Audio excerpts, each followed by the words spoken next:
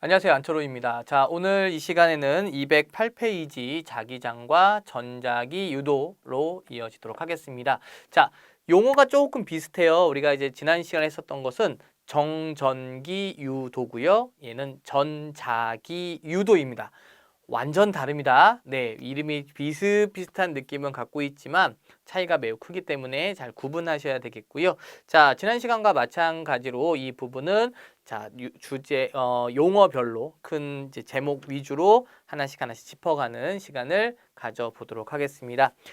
시간이 사실 뭐 이렇게 많지 않게 짧은 시간 안에 요약을 하다 보니까 뭐 모든 내용을 다 담지는 못해요. 그래서 저는 최대한 중요한 것들 많이 다룰 거고요. 조금 부족하다 싶은 내용들은 문제풀이 시간에 그런 내용들을 조금 더 다뤄드리도록 하겠습니다. 자, 우선은 이제 제일 위에 첫 번째 208페 위에 보시면은 자기력선과 자기장이라는 용어가 나와 있습니다. 용어 정리부터 먼저 해드릴게요. 자, 이 자기장이라는 것도 우리가 지난 시간에 배웠었던 전기장하고 이제 비슷한 겁니다. 그러니까 전기장은 전기력이 작용하는 공간이고요.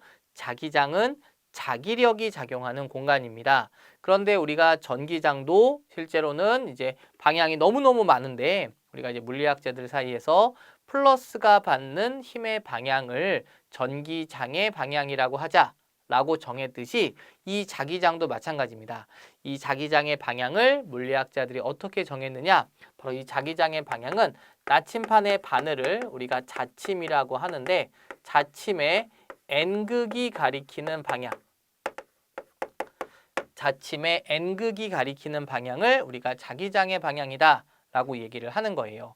보통 여러분들이 생각하는 자기장의 방향은 N극에서 나와서 S로 들어간다 이렇게만 기억하고 계시죠? 예, 그런 거는 보통 자석 외부에서의 자기장은 보통 N극에서 나와서 S로 들어간다 이렇게 표현이 됩니다.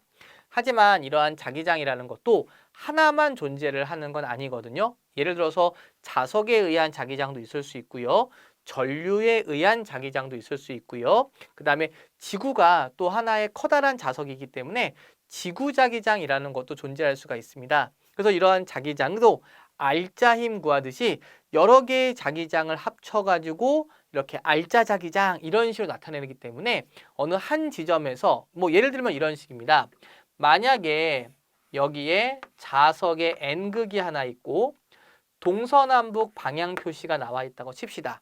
그랬을 때 어느 한 지점에서의 자기장의 방향은 이라고 나타내게 되면 바로 자석에 의한 자기장은 오른쪽을 가리킬 것이고 지구자기장은 북쪽을 가리킬 텐데 그러면 알짜자기장은 두 개를 합성했을 때 대략적으로 이쪽 방향을 가리키게 되겠죠.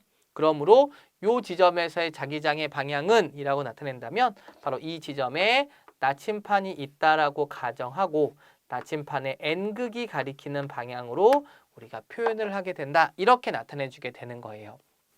그래서 이 자기장도 힘과 마찬가지로 또 우리가 지난 시간에 배운 전기장과 마찬가지로 이 자기장도 벡터 물리량입니다.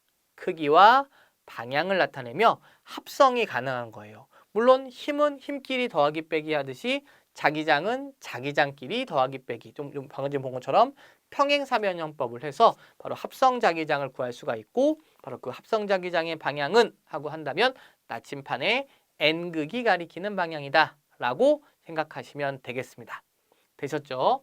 자, 그 다음에 모든 자기장은 무시하고 오로지 자석 자기장만 있다라고 가정을 했을 때 자석에 의한 자기장만 존재한다고 가정했을 때 이 주변에 수없이 많은 나침판들을 갖다 놓은 거예요.